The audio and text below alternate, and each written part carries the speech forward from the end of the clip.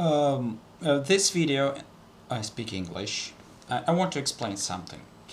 It's not easy for me to come up with a language that is 100% in Italian or in Greek or in English. Just at the end, or sometimes in some videos, but for the most part I don't speak the language that the student already knows. Not even to explain. It's not easy. It's not easy at all. But I want to use my brain when I teach and come up with a language that urges you to make an effort, to negotiate the meaning. It means to have different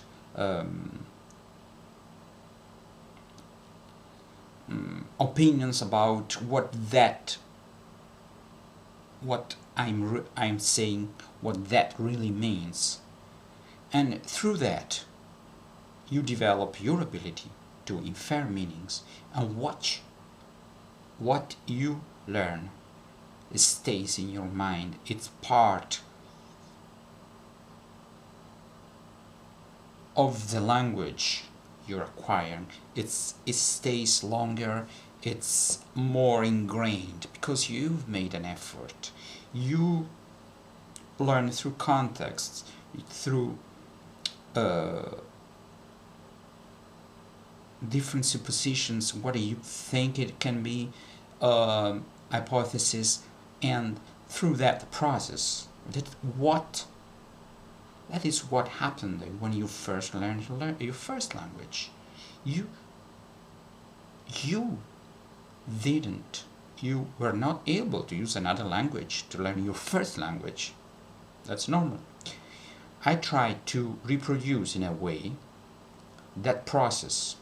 That means very basic knowledge, repeated listening to sentences that are put in a way that the student or the person who's learning their first language is able to assimilate.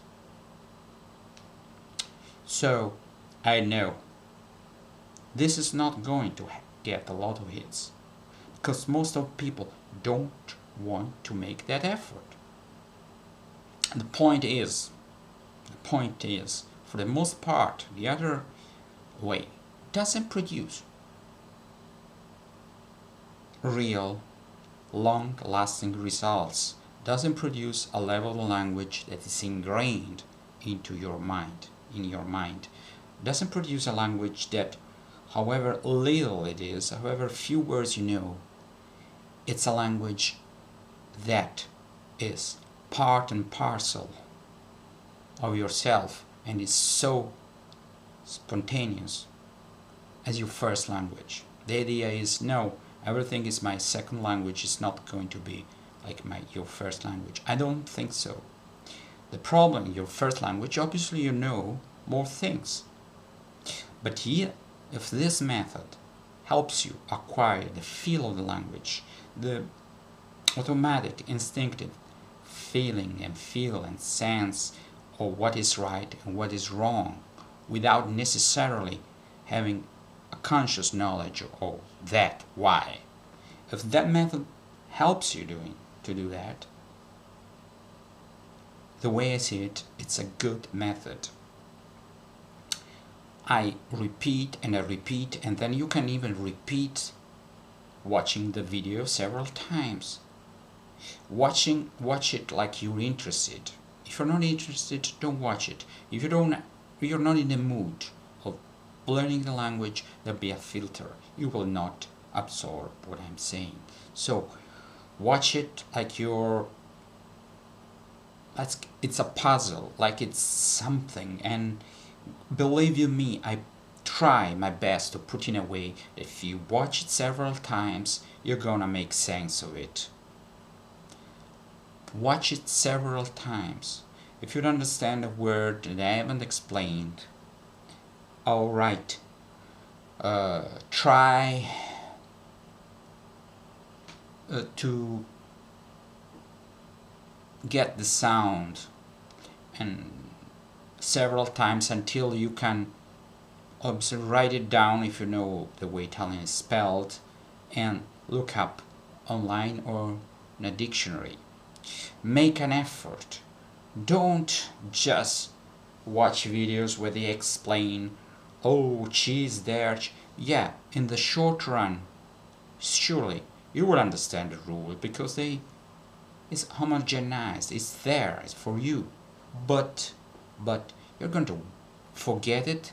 You're going to acquire in a conscious way, in a cognitive way. That means you don't have absorbed the rule well enough to use it in real time. You always have to think about a rule that you have been learning in the language, that it's your language and not the language you're learning, and you don't have the required reflexes in order to understand in real time and to speak in real time. So what happens? That you will always have to, can you slow down? And you have to think, because and when you speak you will be so slow. That's not the way languages work. Surely at the beginning is something is slowed down, but not to the level there are pauses, and not to the point that it's not natural, it's tilted. Surely we can speak slowly.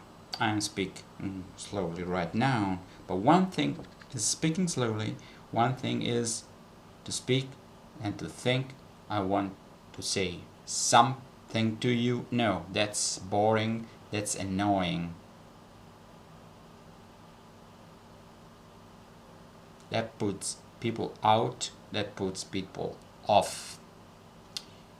More than making mistakes. Remember, speaking in a stilted way, speaking in a way that's not natural, annoys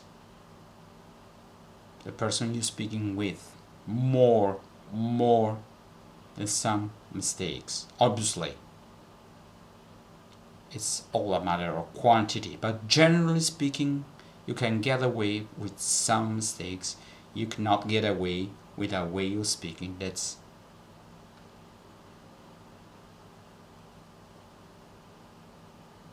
slowing down.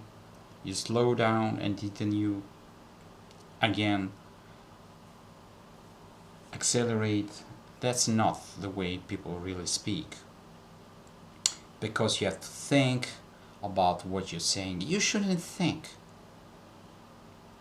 I know people say the opposite, unless it's a specific exercise with a teacher. Oh, there are some conscious exercises, but for the most part, since I'm not correcting you, I'm not speaking with you, so it's not the kind of thing I can do.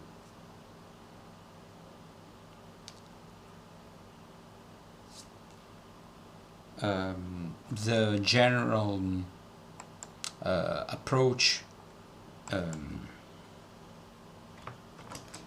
I have is quite different. Okay, that was a video to explain something.